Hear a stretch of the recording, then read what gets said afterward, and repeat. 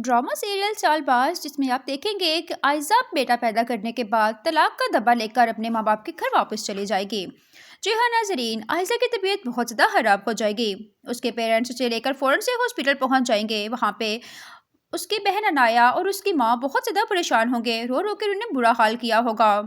जैसे ही आयज़ा के घर बेटा होगा, आशिर अपने भाई असद के पास जाएगा और उसे मुबारकबाद देगा और बोलेगा, भाई मुझे बहुत खुशी है कि अल्लाह ताला ने हमें भतीजे से नवाजा है। लेकिन आशिर के बात सुनकर असद के चेहरे पे ना तो बाप बनने की खुशी है और ना ही उसके चेहरे पे कोई तासरात नजर आ रहे थे। आशिर अपने भाई असद से कहता है, भाई क्या हुआ? मैं अपने भाई भतीजे का हाल पूछ रहा हूँ, आप जवाब क्यों नहीं दे रहे? जिस पर असद कहता है कि मैं फैसला कर चुका हूँ।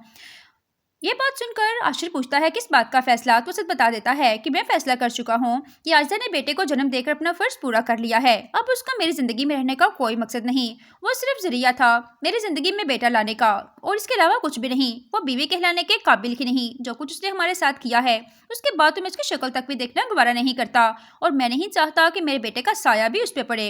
इसलिए मैं फैसला कर चुका हूँ कि आयज़ा को तलाक देकर माँ बाप के घर वापस भेज दूंगा और अपने बेटे को अपने पास ले आऊंगा। ये बात सुनकर आशिर भी परेशान हो जाता है।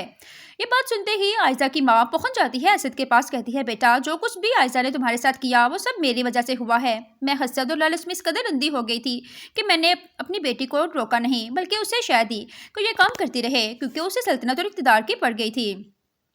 लेकिन असद भी अपने चची को मुंह तोड़ जवाब दे देता है कि आयज़ा ने जो कुछ हमारे साथ किया है वो मेरी नज़र में गुनाह है, और गुनाही की कोई माफ़ी नहीं बल्कि गुनाहगार को सज़ा दी जाती है। अब आपकी बेटी आयज़ा गुनाहगार है और मुझसे सज़ा की तलबगार है, मैं उसे सज़ा देकर ही रहूँगा, और ये सज़ा उसके लिए सारी ज़िंदगी के लिए एक गाली बन जाएगी।